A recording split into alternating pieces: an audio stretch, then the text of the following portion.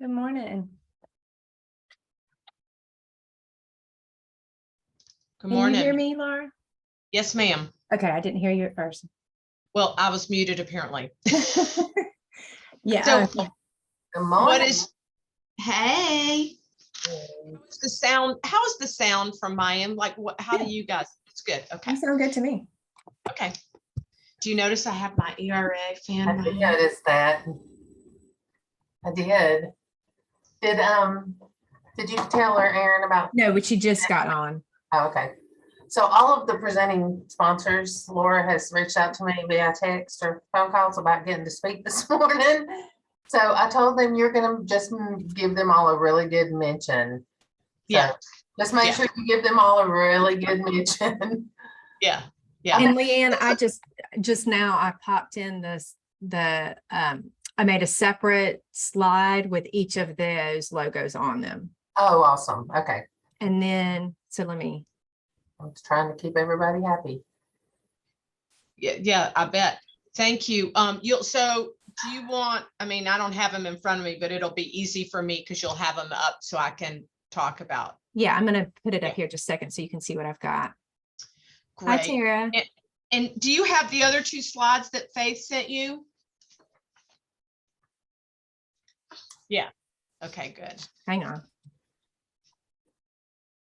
I'm just gonna put my face to the side while I eat my breakfast. Go One ahead. of those days. No worries. I'm going to drink my caffeinated mini Diet Coke. Just one of my bad habits. Only have one. Sure. Really? My eyes are watering this morning. All this change of cool weather. Yeah. So I think we grew quite a bit yesterday. Have you looked this morning, Aaron? It was at 41. Okay. That's better. That should make, yeah. All right, let's see here.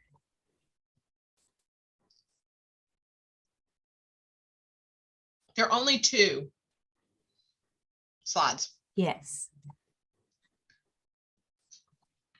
All right, so I have the sponsors, the full sponsors. I'm going to have this up as we let people in. Good. And then I have each of the presenting sponsors Okay. back to the main sponsor screen. And then I have that one you gave me from a previous Yep. event. Okay, great. Then I have this about nominations, Great. this about the celebration. Wonderful. Then And we- these are the two that Faith sent me. Yep. And I'll be able to cue you for those because those are the only Okay. two after you do the run through. And this is going to be, are you going to do this This at the one was, end? this one I was supposed to do at the very end. Perfect. Perfect. Good. Of course, you guys got it wired and I'm thrilled. Tara, did you hear there's over 40 people now that were registered? That's awesome. I don't know who sent it out, but I was like, there needs to be more, like it's Pride Week, Tina's part of this, like what, so I'm glad it went up. And I need to look at the emails and make sure, because Rona had said, I need the link for tomorrow. And I said, well, it came from Aaron, but Oh, I may not have sent it to Rona. well, I copied and pasted it just a little while ago, but I think that's who helps keep Aisha's calendar.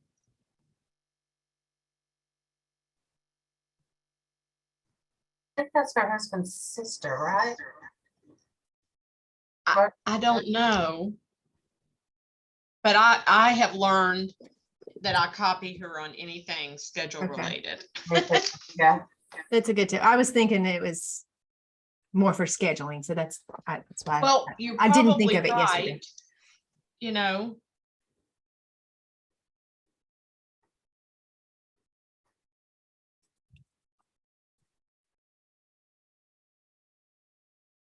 I've got a phone number. Is this Faith 551-2293? let me look. I don't remember her number.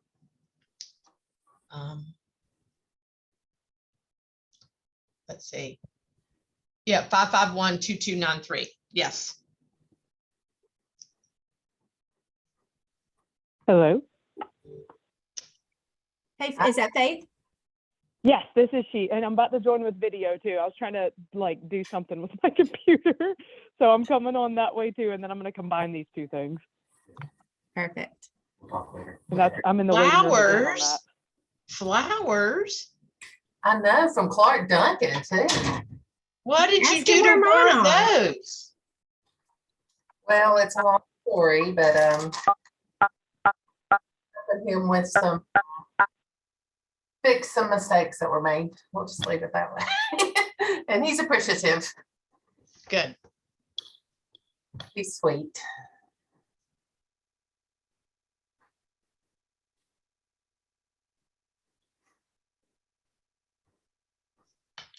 I'm trying to see. So I have my notes. There we go. that Okay, are- can you guys hear me there? We can, yes. We can hear you. Awesome. We can't Okay. see you.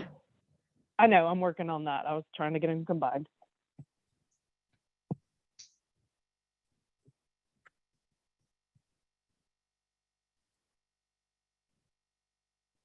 I love seeing those full shots of Asha. She has done so fabulous. She's my hero. They're pretty awesome. Yeah. It says she's still connecting to audio. We don't have her.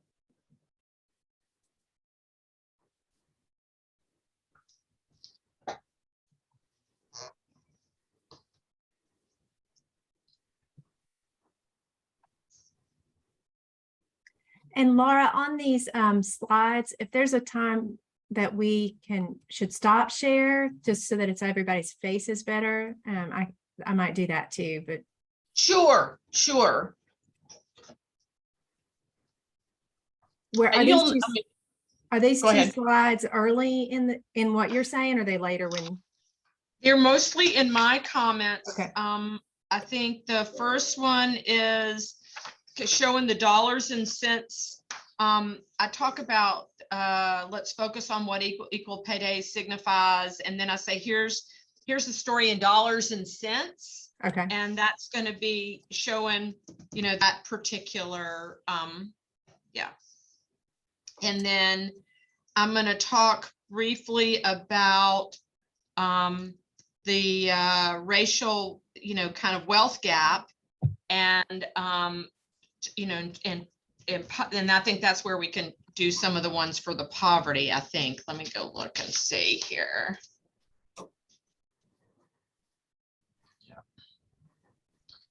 So there, I kind of do set this up, then introducing the panel and letting them, tell their stuff, but it's just trying to set some terminology and some kind of the case for whatever. Okay.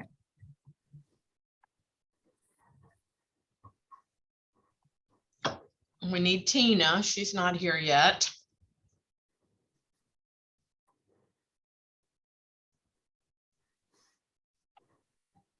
While we're waiting, I've been talking to some of my friends in Florida, and oh, this is not funny, but it's terrifying, but there are sharks swimming around in the streets in Fort Myers. So I'm like, Really? okay. Wow. Yeah, sharks. I'm like, I'm good. I think gators scare me more, but still, I would not want to see a shark in the middle of my road.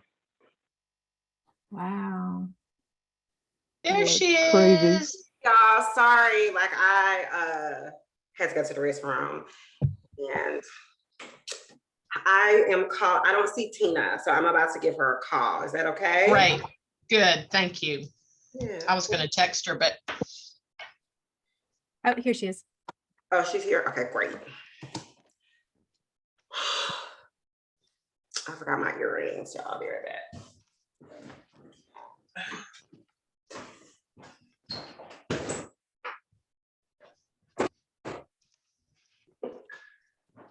Good morning.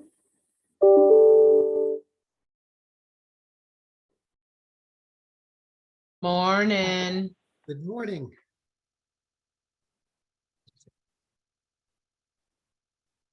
All right, let's see about this. It There I am. Can you do better light on your face? Yeah, really give me dark. just a minute.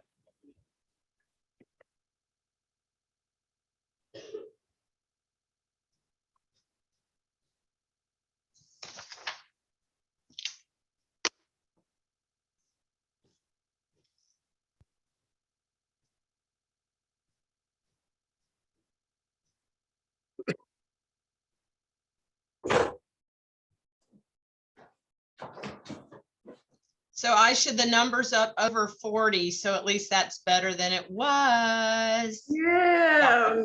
Thanks Very to everybody's efforts. awesome. It should be bigger, but that's so much better than we I were. think that's great. I just was worried nobody was gonna be here. Like I always go with half the registration. Yeah, with the virtual, you just never know. I mean, I've been doing virtual events. I've had, since we've been doing events, Mhm. equity over everything, I've only had like 2 events where more people showed up than who reserved, like all this time. Like usually it's less. I like your earrings. Thank you. We still have people registering. I just got 3 new That registrations. is great. Yeah, Aisha, I got my already shirt, but not my already earrings. I'm not really a earring girl, but You I didn't might get wear them. any? Mm-mm. We'll get you some, I'm sure. Thank you. I'm not really an earring girl, but maybe I will be when I'm representing already.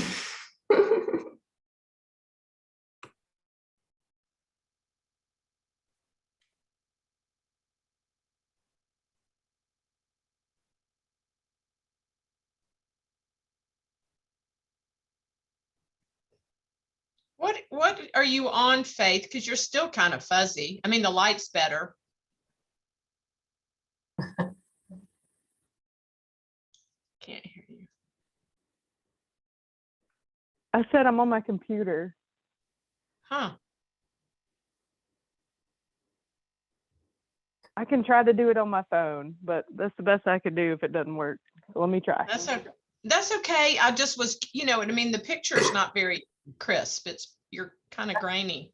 I think the light's behind you instead of in front of you. Can you put a lamp or something?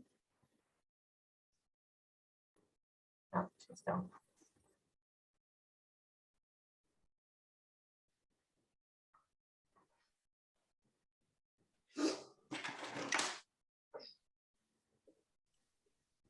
I had to get up early and come in. Normally I do a lot of this virtual stuff from home and then I pack my bag and come in. And Aisha, I didn't get on the Peloton this morning because it didn't, if I don't get my behind out of bed by a certain time, then it doesn't happen. You know what I mean? And I've been doing it a lot, but it didn't happen for me to be in my office this morning. Yeah, I had to get up at 6 in order to be here at 9:55 and do my workout with 8:55. So yeah, I just finished. You probably can tell. Well, good for you. I mean, I normally, but it's kind of, that's why it's easier But usually to start from home. You do it all the time, so when you don't do it, it's not a problem. Like you probably need a rest day. Well, thank you, Mom. You just probably need it. I sometimes send her love through the Peloton. I don't bug her all the time, but I see her in the morning because it tells you, like, if you link with somebody, you can see what they're doing, you know, and I can go, if I started the same class, I can send her a high five. She used to, at first when she used to send it to me, I used to be like, Laura, I'm too tired to do anything back. But now I can send love back now. I used to be too tired to send love back. I used to be like, why are they doing that? I can't breathe.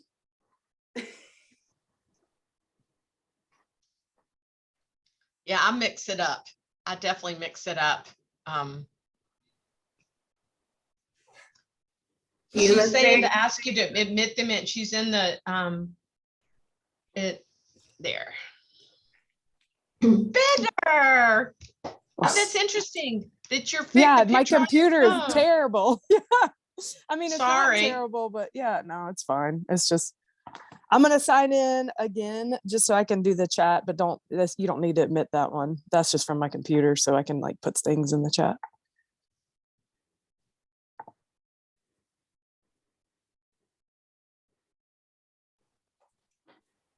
So we're just a few minutes away. Okay, you guys tell me when you're ready. And we've got some people in the waiting room right now. Good.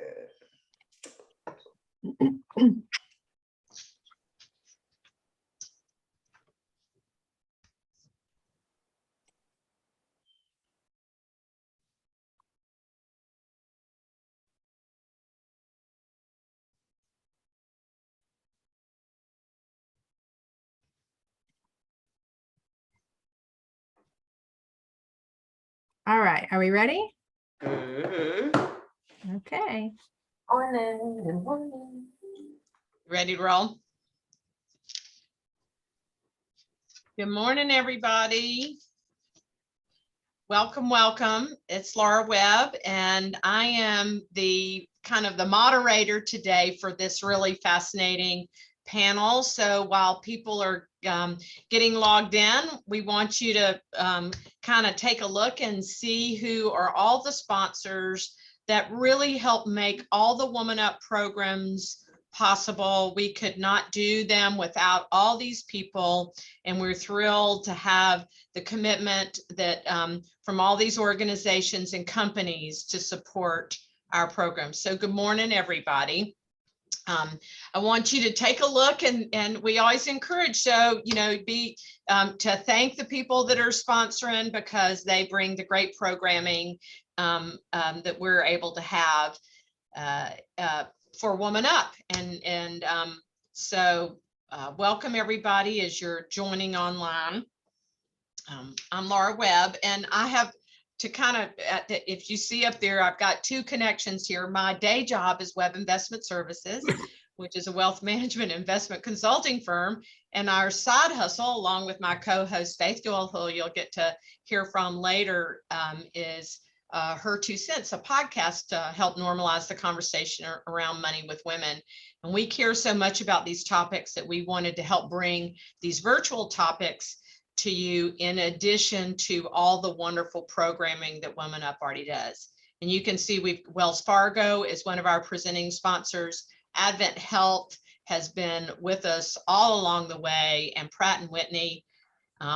So we want you to be aware of all the people that really have made such a great commitment to making this programming. And you can see on the list, we've got a long and hopefully continuing growing list of people who are committed to keeping this programming going. So this is obviously is Her 2 Cents, and it's myself along with my co-host, the lovely and talented Faith Doyle. And here's a QR code. It makes it really easy if you want to go directly to the website. But it is a podcast to help normalize the conversation around money with women. So we feel very strongly and know the positive and negative impacts about women taking or not taking control of their financial futures. So we have a variety of topics that from all ages and bands to listen to. We just launched a little while ago, season 4. Have a fun one about the money date box, which is helping give you some tools to have a conversation with your spouse and about money so we encourage you, please listen, please download, please share with your friends, and please we're on Facebook, we're on Instagram, I only do a teeny bit on the Twitter, the tweeter, as I jokingly call it. So please join us. I'm hoping we're getting everybody logged in. It's only just a few minutes after 9. So, and one of the things I want to share with everybody, in addition to thanking all of our sponsors, is that we are calling for, as you can see here, that nominations for the WomanUP Awards. They are due October 10th.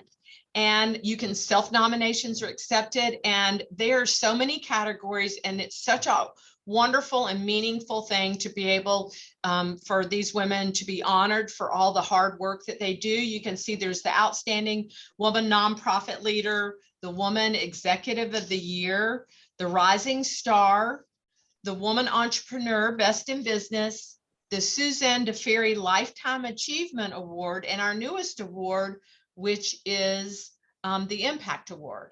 So we really want to encourage you to take the time.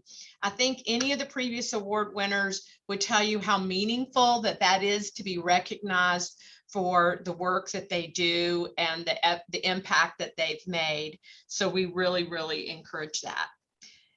Then another thing we want to make sure before we get started for the programming is to remind you, you should have it on your calendar, and you can begin to register, buy tables, all that kind of stuff for our celebration where the women award winners will be honored, as well as this fabulous keynote speaker that I think will blow you away. And it's Caroline Wanga, who's the CEO of Essence. And she was the former Chief Culture, Diversity, and Inclusion Officer for Target. And the WomanUP committee had an opportunity to have a conversation with her, and I think it will be extremely meaningful. So please, put it on your calendar and go register, buy a table, bring all of the people, and remember there can be a few smart men in the room too. So we want to make sure that is on your calendar. The other thing we want to remind you, you're please welcome to post in the chat. You can put questions. You can, if there's any information that you need to share, but we encourage you to be able to use the chat and also to say hello. We've got a whole bunch of people here, and we're hoping that this conversation that we're going to have is going to be really, really meaningful. I know that we had done this panel together with the same group, and it sort of blew us all away, is that we felt like the content that came out of it was very, very meaningful. So again, let's work to get started. But Erin, will you put up all the sponsors again? Because I really want everybody to know how much we appreciate what they do. All right. Yeah, I'm making her go backwards. All right. Thank you. Thank you. All right. So let's get started today. And what we want to talk about is we're going to do a couple things. We're going to talk about what equal pay signifies. And even though we call it Equal Pay Day, and jokingly, one of our panelists, Aisha, have joked about why are we celebrating this? We're not really celebrating, we're acknowledging it or identifying it is a problem. We're going to talk about what the gender and wage gap and how to translate that into dollars and cents and the long-term impacts. We're going to talk about the racial wealth gap. And then we're going to talk about some things that we can do. And there's a lot of great ideas from the panelists about what we can do to eliminate the gap. So first, let's talk about what Equal Pay Day signifies. It basically is a symbolic day dedicated to raising awareness of the gender pay gap. And in the United States, that day symbolizes how far into the year the average median, take how they've termed this, the average median woman must work in order to have earned what the average median man earned the entire previous year. And that date differs year to year. But to give you a perspective, in 1973, women earned 57 cents on the dollar to the dollar that a man earned. And in 2020, that day, that Equal Pay Day was March 31st. And this past year, it was designated by the administration as April 15th, though earlier in the year they had posted it was March 15th, they had posted it as April 15th, but they ended up landed on March 15th. And though some progress has been made, I think you all know that women experienced more of the employment disruptions. They, childcare, care for the elderly, the responsibilities, all that fell on them. And women were twice as more as likely as men to not work due to childcare responsibilities. And I think we're still feeling all the impacts from that today. So here's the story in dollars and cents. And one of the things, remember I told you the average median, I think you're going to see why this is a bigger issue. So if you could put up the first chart, I want to show you what the average median, kind of what this translates into dollars and cents. So of all workers, you can see women earned, and this was back in 2019, and these numbers are similar, but in today's dollars, because that's a couple of years ago, but it makes our point. Women earned, of all women, $47,000 roughly, where a man earned $10,000 more. Now look at, so for white women, they may have earned $51,000 versus a man 61. So there is still that disparity. But look what happens as you compare with Black women and Black men and Hispanic women and Hispanic men, but in comparison to white women and white men. So the gap is greater. And interestingly enough, and I think Aisha will probably bring up is that the dates are different so they say equal pay day this year was March 15th. Well, for a Black woman, it was September 21st. So it just happened. That was the equal pay day. And for a Hispanic woman, it's December 8th. So the gaps are huge. And so why are we talking about this? Well, it's interesting that certain things you might not think $5,000 or $10,000 a year has that big of an impact. It does. Think about that cumulatively over a lifetime. So it has a significant impact. Then we'll talk a little bit about and ask the panelists and about the racial wealth gap, of which we talked about a little bit. So, and that is, if you think about if you're earning less and what that does cumulatively over time, then that has a huge dramatic impact. So what are some of the causes? Well, the differences in industries and jobs for men or women that they're funneled into have been, and many of those are based on gender norms.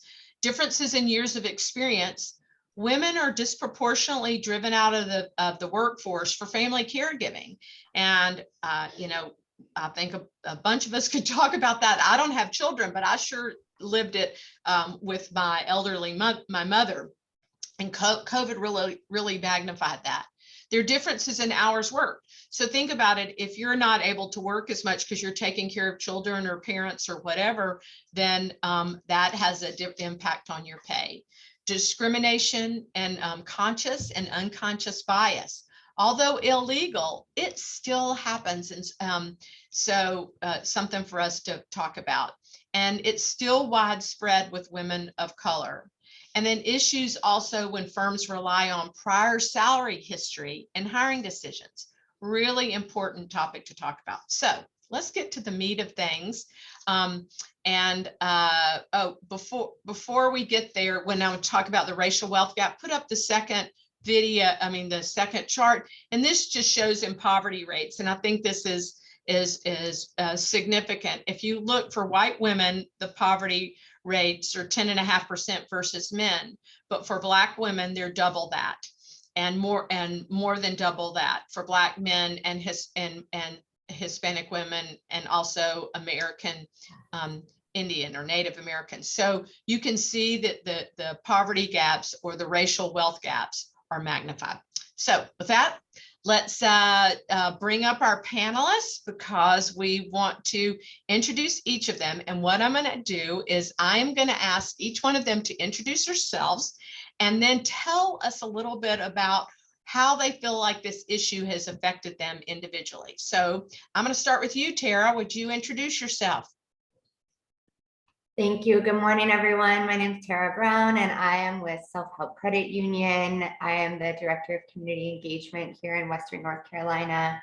I'm very excited to be a part of this conversation today and grateful that I currently work for an employer self-help that is very focused on wage equity, which I can get in more to our model and thought around that in a little bit.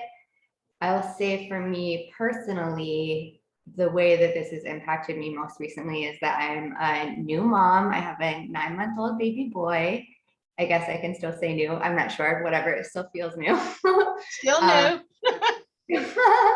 And when I was pregnant, I was at a different job before I was at self-help, and I did not get paid family leave in that role. And I'm not alone. 77% of employees don't have access to paid family leave. And so in part, I had to make the decision of how that was going to affect my employment. If you're a person who is having a baby and you need 12 weeks to recover and you don't have access to that paid leave, that's a quarter of your income that you're losing for the year. And I definitely needed to keep that income with the new baby coming and new expenses and all of that. So anyway, I switched to a new role in part because of that. I'm very grateful to work at a place now that has the benefits I need and again, focused on wage equity. Great, thank you. Miss Aisha, would you introduce yourself? Sure. Hi, friends. I'm Aisha Adams, the founder of Equity Over Everything and the program developer for the Lenore Equity and Diversity Institute. And pay equity has affected me in a number of ways. I literally, when I was working in organizations, I had a boss who was promoted, and then I was promoted to their position, and they literally made more money than I did. And so when it was time to go into that position, even though I negotiated my pay and I had more education than the person who was in front of me in that position, I still noticed a gap in my wages. In my first job, I was 16 and there were like adults working and they paid me less. So I've always been like conscientious of like how my pay has been different from other people. And then another way that this affects me is that I am lucky enough that I get to work with leaders every day who are making changes in the workforce. And I get to be a confidant and a resource as we look at how do we extend pay equity in certain organizations? How do we get to unlimited PTO and like other suggestions we'll talk about as the conversation continues. But I'm very glad to be here with you all this morning. Wonderful, thank you. And Tina, please introduce yourself. I'm Tina Madison White. I'm the executive director for Blue Ridge Pride. I also write in my spare time for Aisha.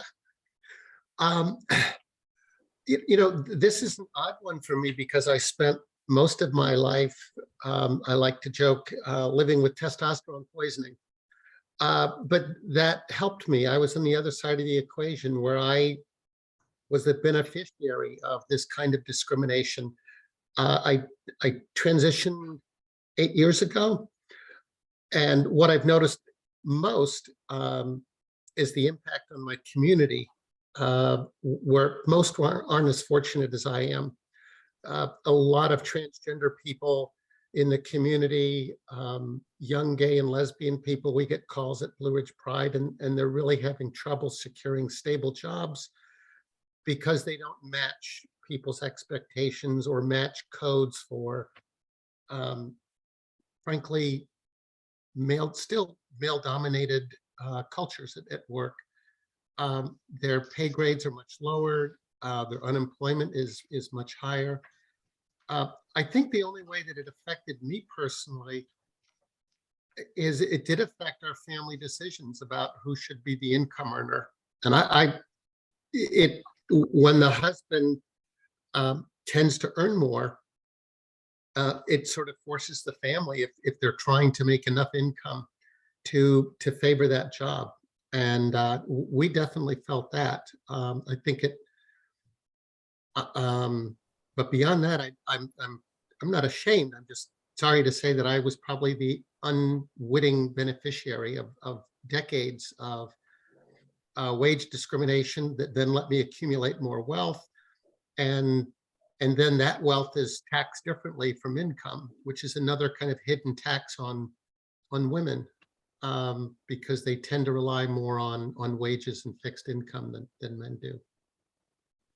Thanks, Tina. I'm going to say one thing I didn't say, also the equal pay day this year for LGBTQ was June 15th. So where overall was March. I mean, so I should have, I wanted to make sure I included that. All right. Last but not least at all, is my co-host is Miss Faith Doyle. Hey, everybody. I'm Faith Doyle.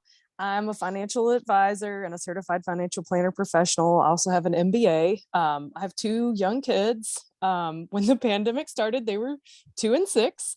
So I was talking to clients about the greatest percentage drop since the Great Depression when the market fell, in addition to changing diapers at the same time and homeschooling my child. So I wore a lot of hats during the pandemic. I also taught myself how to sound edit for our podcast. So I barely slept, like most of my working mom peers through that pandemic. And we're still dealing with a lot of it right now. We see firsthand our clients struggle with pay inequity. For instance, women, when you make less, you then can save less and you have less to live off of, meaning you have to make different decisions at and in retirement.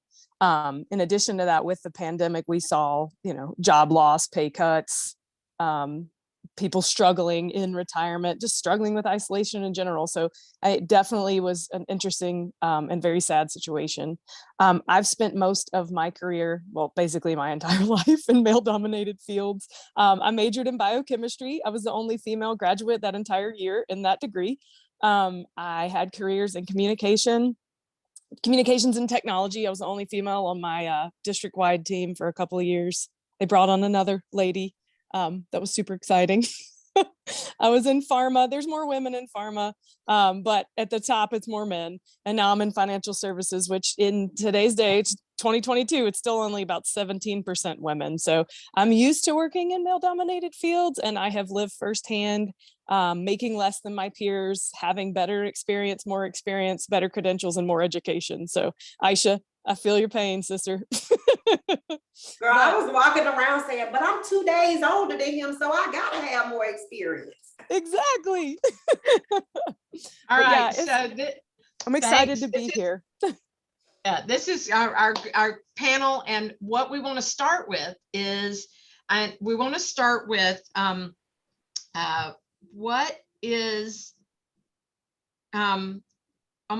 Faith, and I'm going to ask each of you to chime in that why are we even having this discussion today? I mean, we've talked already about a little bit of it, but I think she'll set the tone too to help see really what some of the dollars and cents or the cost impact is. So Faith, tell us. Yeah, and Laura, you outlined a lot of it in the introduction, but women statistically outlive men, but we make less money in our working lives. So that ends up us having less money, especially at the end of our lives, which, by the way, the last 2 years of your life are the most expensive.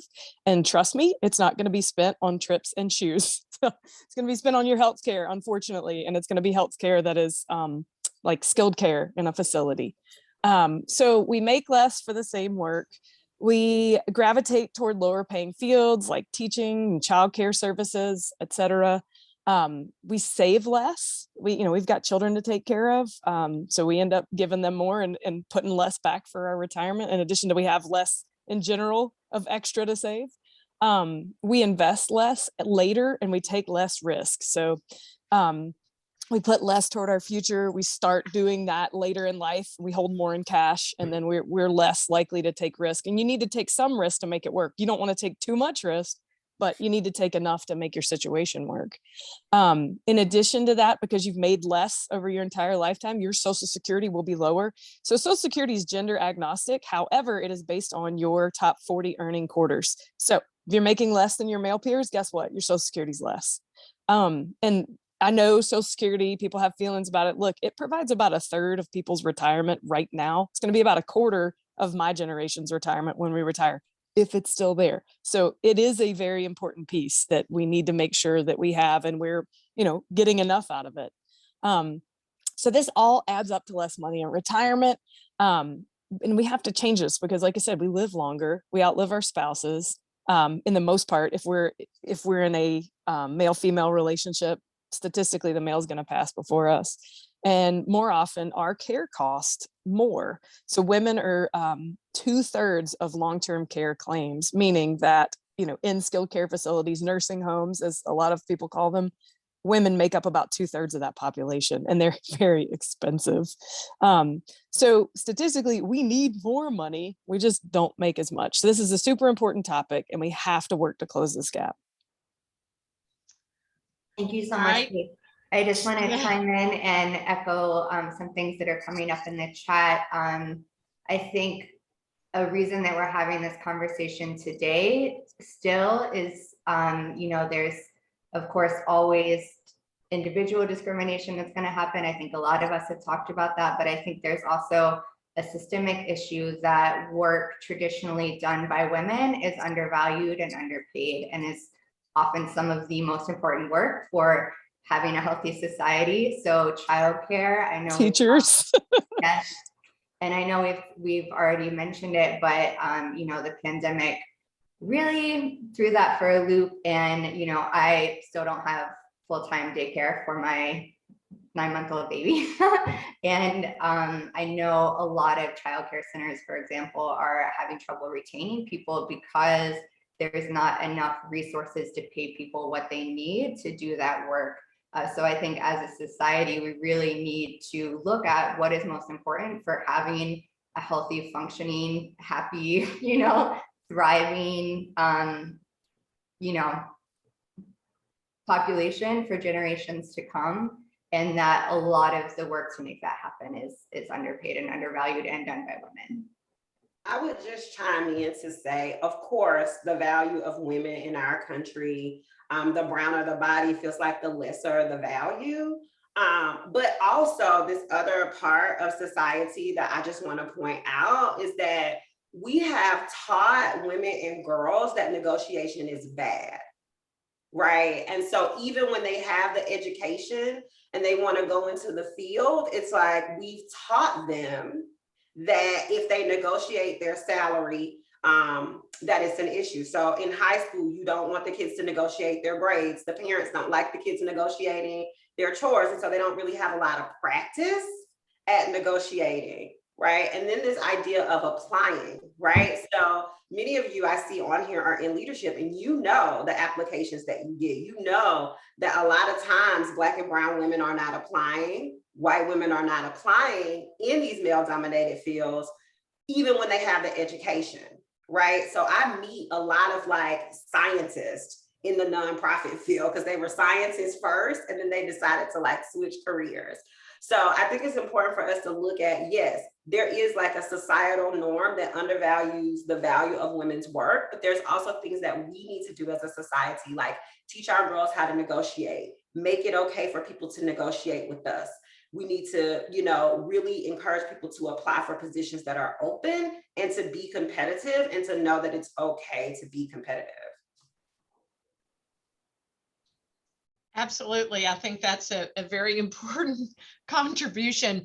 Any any other comments you want to make on kind of why you think we're here? And I really want to focus on, we want to remember, we want to talk about what you can do as an individual, what you can do as an employee, because many of us are small business, and then what you can do as a bigger business. What does good look like? So I really want us to have some of those discussions, because I think there might be some nuggets for each of us that can help us do better in whatever roles, whether we need to negotiate and improve our position, or we need to help our businesses and our employees and that sort of thing. So what do you think that you can do is, Aisha, Tina, you look like you wanted to say something. Well, this is anticipating your question, but I was thinking about what Aisha said. I think also women are taught to negotiate differently. When they do negotiate, and I'm generalizing, but they're taught to do it based on fairness or need, as opposed to worth, or I can go someplace else, which is kind of an implied threat. And that posture, adapting that negotiation posture, is always gonna, you're sort of catching up to someone else's standard, as opposed to establishing your own. And when it was interesting. I was in organizational development at the time I was transitioning, and no one else knew that I was Tina at the time, but I was working a lot with women who were trying to navigate big pharma, which, as I think, was it Faith pointed out,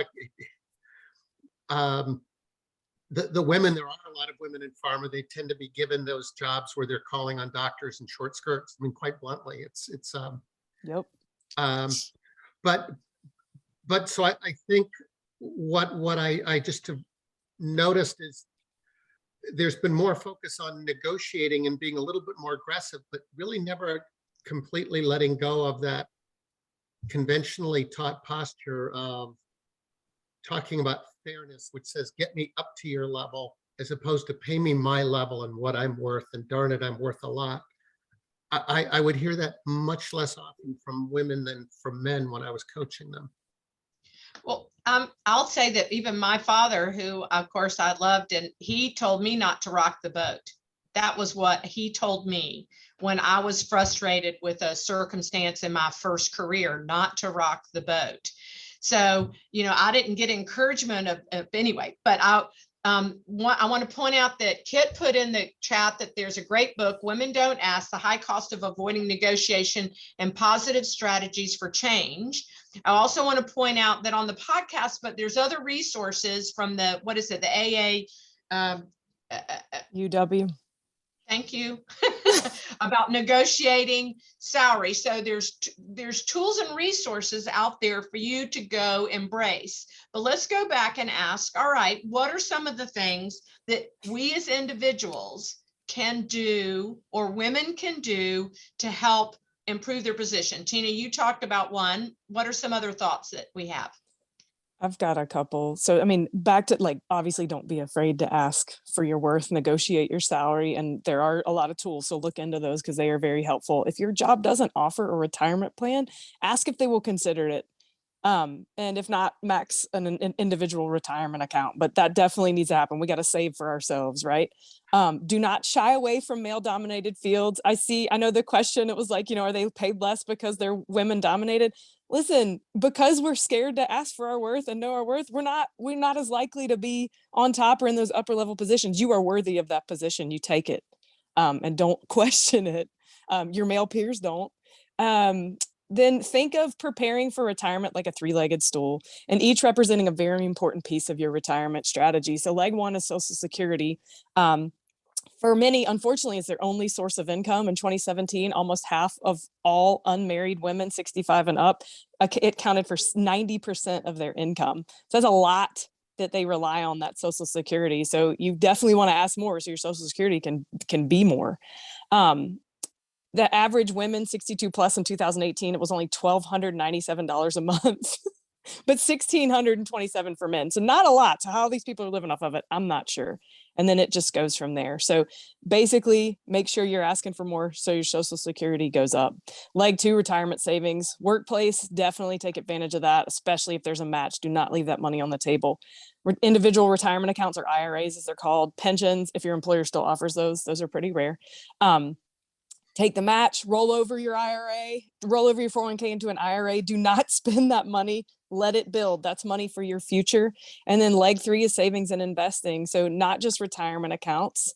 Make sure you have an emergency fund. That's 3 to 6 months worth of spending so you can pay for incidentals. They happen all over the place. Make sure that you have a pool of money that's not going to be taxed as income. Retirement money is. So saving in other pools is a good idea. And so take a small percentage of every check that you get, even if it's 5-10%, $100 a week, whatever it is, a month, put it away in a different type of savings. It's not retirement. And I think that will help you. So those are all things you can do to help yourself get to the point of being able to be financially independent. I want to deal with some of the things that are being said in the chat. Taylor says that she's always been told to be a peacekeeper and to be grateful. And Jackie said every time she negotiated, even with a female, she was told no. So I just want to tell y'all, yesterday, I put up on Facebook, compliment yourself. And if you follow me on Facebook, I get 50, 60, 70, 80, 90, 100. I get 500 comments sometimes. I got 0 comments because we live in a society now that when you talk yourself up, when you boost yourself up, when you say nice things about yourself, there's always somebody there to sort of cut you down. So I think the first thing to do is the inside work of understanding your value, understanding your trajectory, and getting a mission behind your work that is unrelenting, that you can stand behind. So once you have that value in your work and you know what you have come here to do, then it's easier. I think the second step is getting allies. So my white male counterparts have been my greatest allies, right? So for me, it's about asking them, like, hey, would you take this position? Hey, what am I not seeing? 99% of the time, their ego, they'll tell you what you are not seeing, what you need to know, what you should be negotiating.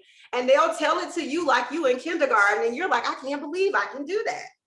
I got a position offer. I was so happy. It was like $54,000. And my friend was like, you got more education than me. I would never accept that. I've never made that little bit of money. And I was like, what? I've never made $50,000 before, right? So it's like the reality is get you some allies.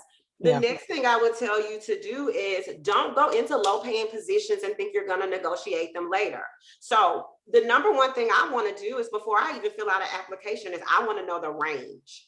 What is the range of pay? And my biggest challenge to Asheville is to put the range on all the applications. It's 2022. Nobody got time for that. We got kids, husbands, things to do. Tell us how much the job pays. And if it don't pay well, fix it. And there are ways to fix it that are not financial. And we'll talk about that in the business section. But when you go in there, you ask for the range. If the range is not within the range that you want to be earning in the next 5 years, it's not the position for you.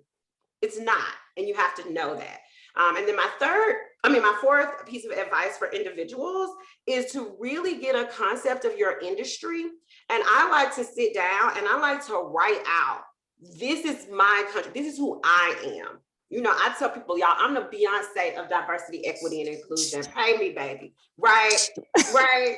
So I want you to understand who you are, you know, and then once you know who you are, when you go in there, you can say, well, you said the range is 50 to 55. I have a master's degree. I've worked for 3 years. I've done this. I've done this. Can I get 55? And they say, no. You say, well, okay, I want this certification. Can you pay for that? So when you get ready to go to the next job, you can make that skill jump, right? So sometimes negotiation is negotiating education. Sometimes it's negotiating the title. And sometimes it's negotiating the pay. But you got to get clear. This is about your inside work for me. Thank you, Aisha. Thank you, everyone. I also just want to pick up and expand a little bit on what Aisha said about allies, because a lot of us have talked about what us as individuals being underpaid need to do. And I would also call on our allies who do earn more to have those conversations also to support us in getting paid more and to be transparent, right? So if you're an employee and this is an issue for you, and you're a white male or, you know, someone who might be earning more than your counterpart who is a woman, a person of color, LGBTQ, have that conversation around, hey, this is what I'm making, you know, what are you making? You know, do you feel comfortable? Do you feel like you're being valued in this workplace? And just create a culture of transparency around it. Because like Aisha said, there are workplaces that hide that don't pay people the same. And we as employees can also work together to make a better workplace ourselves. This is what I'm gonna make resource. I want to just answer this because I got the best resource, y'all. So Go AB for it. Tech has a career coach website. I use this all the time, like for everything. This is like my favorite Asheville resource. So AB Tech has a career coach website. And they have like this job thing. So it'll tell you, it'll say there are going to be 10 secretaries in our region retiring this year. There are going to be 15 new positions this year. The average salary is this. Here's the range. Here's the education. It gives you everything you need to build your case. And it is the AB Tech Career Coach. And what makes it so phenomenal is that it is Buncombe County specific, so that you're able to actually negotiate based on Buncombe County, based on the education and experience.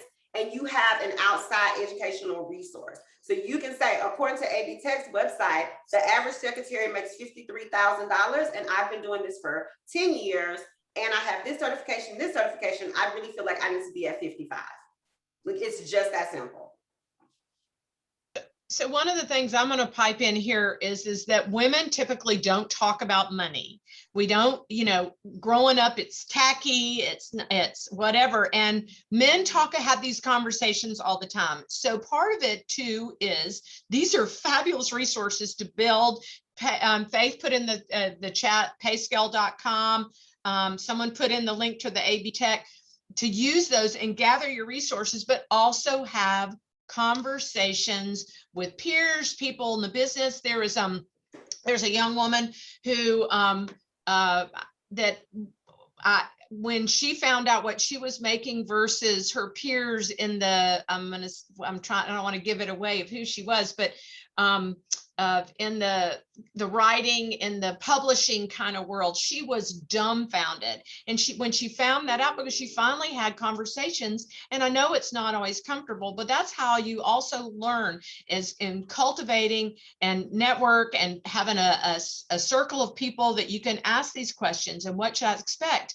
I mean, we're going to be looking for a news client service specialist. And so I've been talking to my peers too in the industry about where we needed to be and all that kind of stuff. So I'm doing it from that end. You need to do it from your end too, if you're looking as an individual. So I want to move, because I think this is really important, is to talk about as an employee.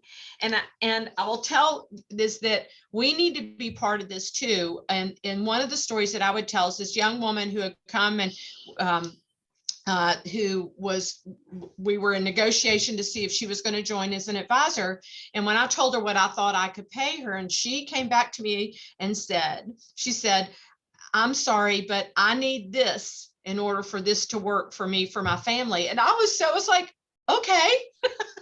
One, because I was so happy and thrilled that she really looked and figured out what she needed to do. And I was really proud of her. And I know not everybody will react like that, but if you can get and muster up the energy and the confidence or whatever, and like Aisha said, is that you might have something else you can negotiate to get you to where you need to be.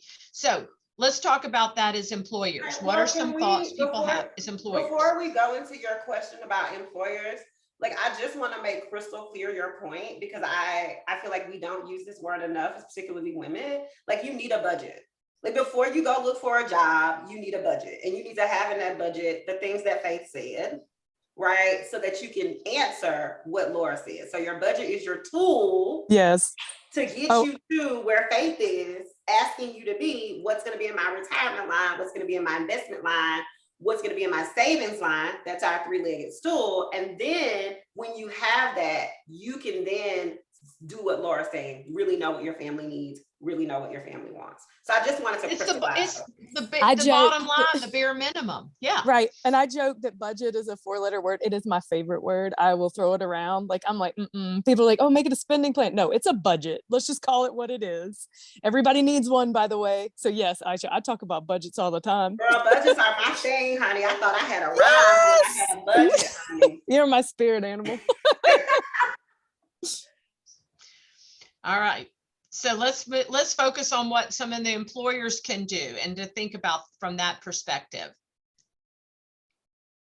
Well, I'm gonna say start with an audit, right? Because a lot of times the pay inequities can be hidden, and you think that everybody's making the same amount of money, but because of white supremacy, institutionalized racism, it can be tricky to see that there's no women in leadership, and so that's why your wage gap is so high, or there's or people who started at this time versus this time. So I think you need to do an audit. I think it's really important to live out your values in your payment and be transparent. I think it's important for you to offer things other than money. Like, we've addressed a lot of issues that women have, like childcare, like flexible scheduling. So I think making, to me, and this is gonna hit on the big issue everybody's talking about, not really having employees, is my fix for that is creating irresistible job opportunities. Right. And so what's an irresistible job opportunity? It's usually like, I know I can work this job and pick up my kid for a woman. Right. Or I know I can work this job and take care of my mom. Or I know I can work this job and I'll make it to my kids' football games every week, or whatever their values are. So I think it's like value based and then just doing the work to get that compensation equal or equitable, and looking at how to have justice for women in the workplace, which Tina kind of alluded to, which is this idea that, y'all, we've been making less for so long that even if they start paying us what they paid men, we're still going to be behind the totem pole. So we have to start talking about justice in pay equity, right? So I have Wells Fargo, who's the sponsor, is doing a really great job of doing pay equity and then back paying, right? So that the justice is there so that women can equal out some of the injustices. So I just want to bring those things up. The One other of the thing, things, oh, I sorry. was just going to share a story from last week is that Faith and I were down at a women's symposium conference for a firm that we have an affiliation with. And about 4 or 5 years ago, it had to have been at least 4 or 5, I'd asked the CEO at a round table or a, when he's answering questions for everybody in the room, I'd asked him years ago about women on the boards, and they fixed that because there was only one and now there's 3. And then I'd asked him about pay equity, and his answer then was, we're working on it. It's complicated. So I saw him at this conference and I came up to him. Yeah. And I said, so where are we on this? And he goes, oh, we fixed that a couple of years ago. I said, well, you sure hadn't shared. Don't you think that that would be something that would be valuable to share with all these people and the employees, that they would feel like, gosh, here's a firm that gets it, that's addressing it, that does that audit every year. So that's kind of something as an employer that, like Aisha's saying, if you make the job irresistible, also being a company that people know that you have those values. Yeah, and don't be open when people want to negotiate with you. It takes a lot of guts to do that. So as an employer, listen, especially right now, it is not a hiring environment that you want to be in right now. This is a job seeker's paradise. They can get what they want, right? They've got all the negotiating power. There's a lot of open jobs. So just make sure if somebody's coming to negotiate, it's cheaper to retain them than it is to go find new talent. So make sure you listen. The other statistic that we did not talk about is equal pay day for working moms versus dads. By the way, it's like mid-September. So moms make a heck of a lot less than dads, and that's every race. Normal equal pay day is like in April. So that's crazy, right? Don't penalize mothers, and don't pay more to dads because they're dads. I can't tell you how many times I heard, oh, well, he's out of family. So do I. And I deserve to get paid for my skills and what I bring to the table. So just remember that. And employers remember that too. When somebody comes to talk to you, make sure you're listening. I think it's also important when you just said working moms and working dads. Again, going back to your own value and your career and knowing what you want, because a lot of that is self-elected, right? So a lot of times the mom will say, well, I do all the doctor's appointments, right? So negotiating at home how your career will sit in your relationship. And Warren Buffett gave this advice. I guess I heard it, Tara had done an event and had a speaker, and she said, be intentional about the person that you partner with, and making sure that your partner understands what you're up against, right? So that as you are negotiating childcare, family care, who goes to work, that you aren't the one who's always making the sacrifices, right? And that it is a real partnership so that it balances out in the end, right? So you have to be cognizant of this in a deep way and share that with your partner. Tina, you were going to add something earlier. I don't recall what it was. I was listening so rapidly. Sorry. Okay. Any other? When we Tara? talk about employers, I can talk a little bit about the self-help model and how we approach wage equity. this might not be a model that works for everyone, but it's something that we've worked out since we started in 1980. So self-help has something called worker member council, where employees from all different lines of service, so we're a credit union with 1,000 employees across the country, people in all different roles, from what we call member service representatives, kind of a teller role in the credit union, all the way up to the CEO, people doing policy, all these different roles.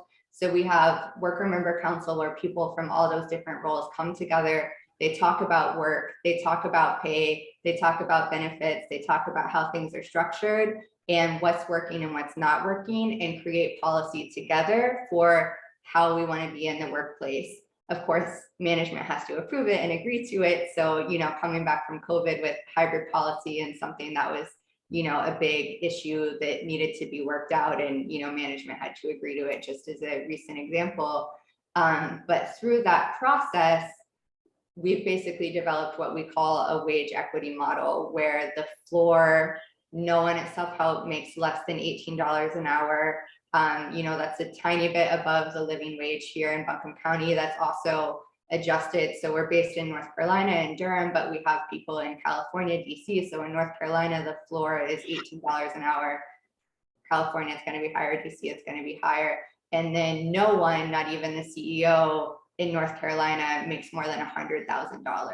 So that's really how we're able to make sure that the people at the bottom and the people in the middle are earning enough to be, satisfied and whole.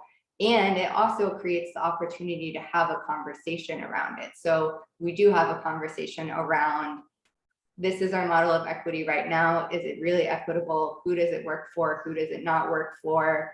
$100,000, you can definitely make more other places. So there is, a retention issue at the top sometimes, but it's the model we have now, and it's something that we can continue to work on because we're committed to it. So happy to talk more about that if anyone is interested in different models. I know East Fork and some other employers here in town are really committed to similar things, and we're all kind of trying to figure it out together. One of the things I'm going to bring back that ties what several of you talked about Terra Allies, and I sure learned this when I went through the L-Ready program. It really made me think about, so sometimes if you're in a position, I'm an owner of a small business, so I am in control of some of that. But if you are not, and you are working for an organization, or you're in a place on a board, there's an opportunity for you to be able to ask questions that bring things up to the group.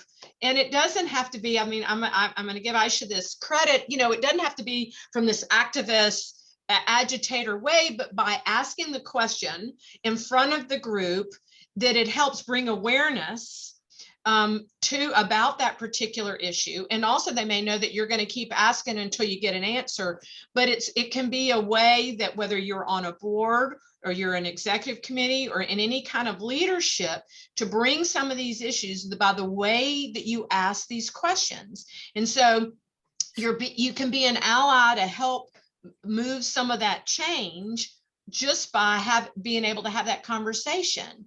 So I don't know if you want to elaborate on that, but I really think that is a really valuable role that we can all play.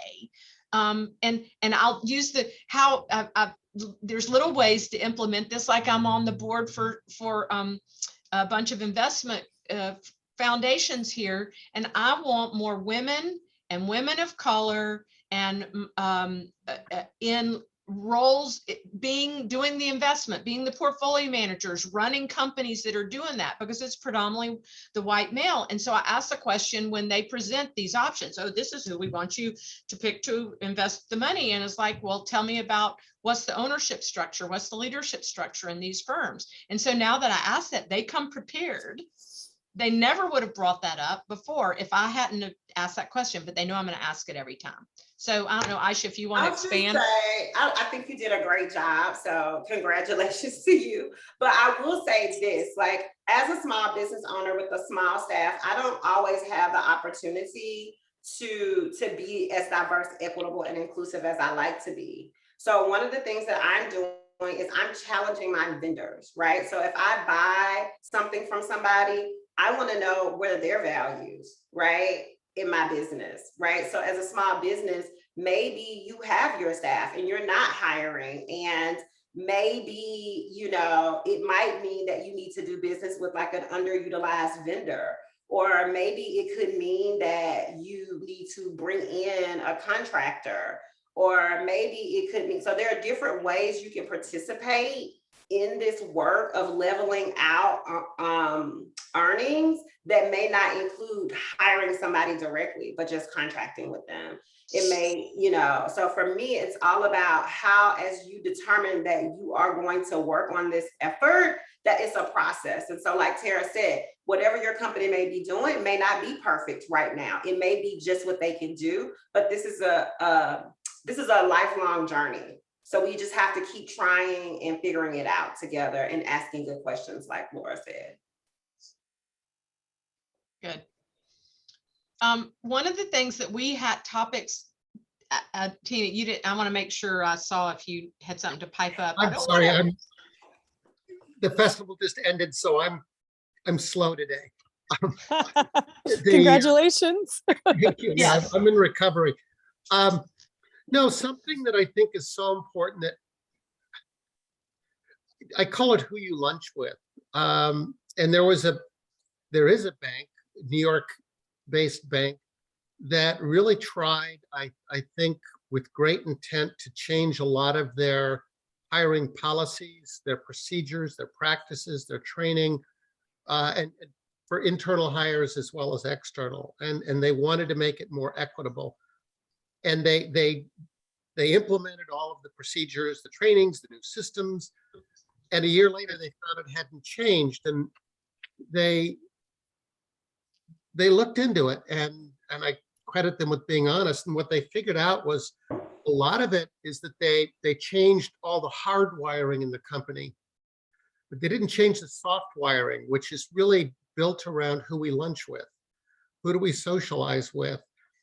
And we like to say that we have a great rationale for who we hire, what we pay, but usually it's based on internal comfort levels and instincts.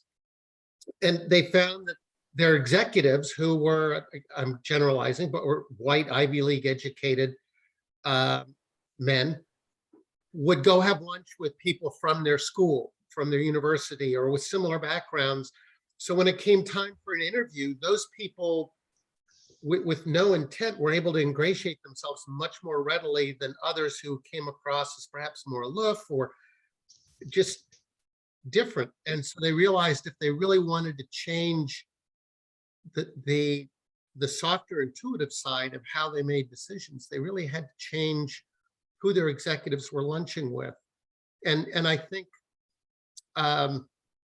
that we need to do more, both men, but also the women on this call, to think about how all the networking we're doing. I was in Winches one day meeting with someone, and they got a call. They're Hispanic. They got a call from someone who was looking for a job. And I just listened to this conversation. And because they were only networked to traditional Hispanic jobs, like in restaurants, in the kitchen, that's all they were able to network them to. If they'd called me, we would have had a very different conversation, because I have a very different network. And so I don't think you can emphasize enough the importance of continually building your network in areas that might not be the first ones that would come to mind, because they have a lot of power down the road. They allow you to help other people. Tina, Well, thank you for saying that too. That was Yeah. one point I wanted to make with earlier. It's like, well, what if you don't have women that are ready to move up? Well, then create mentor programs as employers, like give them the opportunities to learn and get them there if that's what you want. If you want diversity, then teach the people so they can get to that point, and have them, hook them up with the mentors that can help them. And that's kind of goes back to your point, who you lunch with, but facilitate that as an employer. And I think that helps. Yeah, there's a stat that says that the average African-American woman never has a mentor in her industry or in her office. That's And terrible. so when you look at a lot of this stuff, it is because we aren't in conversation, and we aren't, having lunch together. I had lunch with Tina one day, and she started talking to me about retirement, and then my eyes were like glossing over. And then the next time I saw her, I'm like, girl, I want to start my retirement account. I put my money up, and so it's really about who you talk to and what they're willing to share. So definitely. Yeah, and then take the opportunity to go on it. Like if that opportunity presents itself, if you were the one being mentored, take the opportunity. You're worth that. You are worth learning from them. Just show up. Yeah, absolutely. Well, I love that you brought that up because I think that that is really important. And it's really if anybody remembers from the very first Woman Up was all talking, build about your network building. Because a lot of people, if like you're in a, whatever, you're a fundraising role or a sales role, you think about your network to do that. But then there's a broader network that really can help you professionally accomplish what you want. And it's one of those things that I am a strong believer. I call it the power of your posse, peeps in your posse. And it can really help lever you up. And having those conversations that you talked about, that's how you learn by Aisha, you talking to Tina, it just, they're having a trusted, comfortable, relaxed conversation can help move the needle that can make a big difference in your lives. Okay, so we're almost at the top of the hour. So the last thing, and then I want to make sure if there's some questions, if people have been posting them along, but if you have some specific questions for anybody on the panel, but I'm going to ask one last thing is, we feel like so many people need to have this conversation, and we're not sure everybody is at the table here that needs to hear this conversation. So it's kind of saying, what do we need to do to reach them? We are recording this. And how this sort of came about is because the same group of people had done something back in April, and we were very pleased by the conversation. And a lot of it, I think some of the information could be really helpful. So we're interested in, helping how we can spread this word, how we can help other people that need to have this conversation have access. So I don't know if anybody in the has any other questions or comments or whatever that we need to make on that, but we want people at the table that need to have it. So as individuals, what they need to do as small business or large business, so they can help actually move the needle.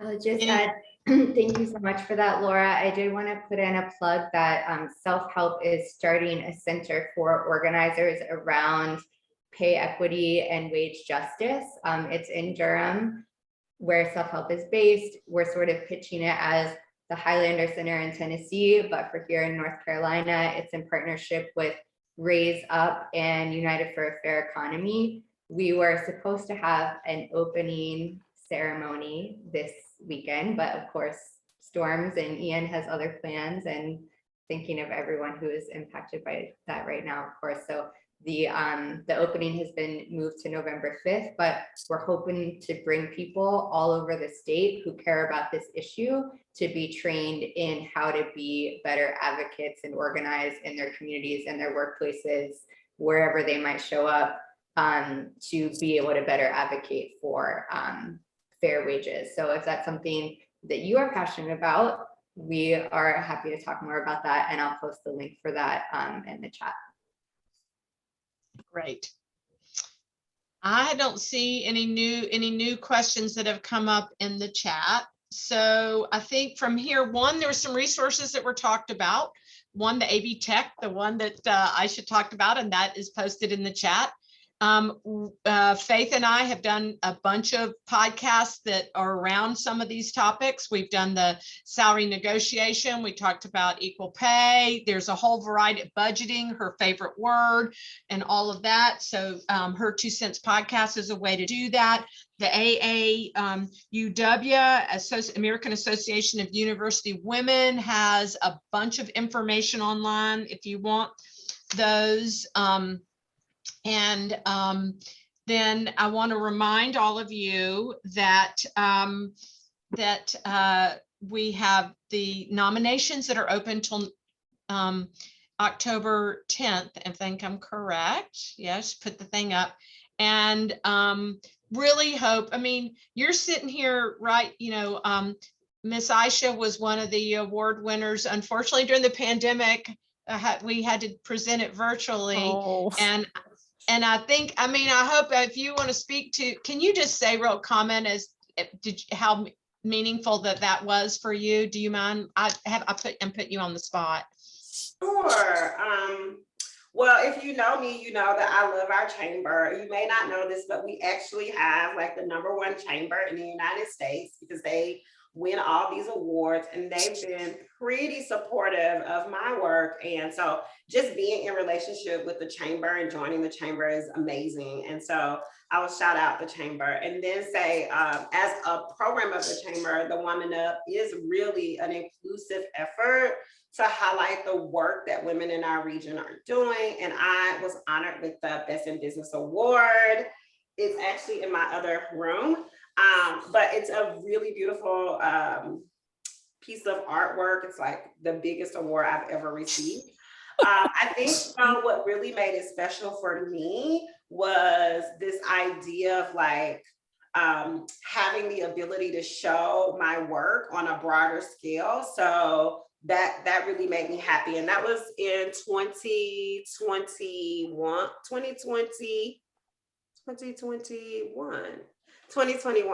And it was a great day. So yes. Thank you. She didn't know I was going to do that and put her on the spot, but I encourage you because one, it is so fun to highlight some of the fabulous work and women in this community. So we want to honor that. And remember, there were 6 different categories. Register for the WomanUP celebration. Here's you can go to avlwomanup.com. Check out other events. There is so much good programming. The Smart Series, you can see all of those here. You've got Business After Hours, Corporate Entrepreneurs Series, Career Expo, and Mega Networking. Details for the registration for all of that. And remember again that we are so grateful for all the sponsors that help put this on. I always want to applaud them for putting kind of their money where their mouth is in supporting this programming. So thank you, everybody. I hope this has been helpful. They're going to have it for recording. So if there are people that you know that it should be shared with, please let them know at the chamber. Okay. Thank you. I'm gonna put my email in the chat. I didn't put my website in there. Tina, put your website in the chat, friend. They all got their stuff in the chat. Girl, put your stuff in the chat. Email me, y'all. I like email.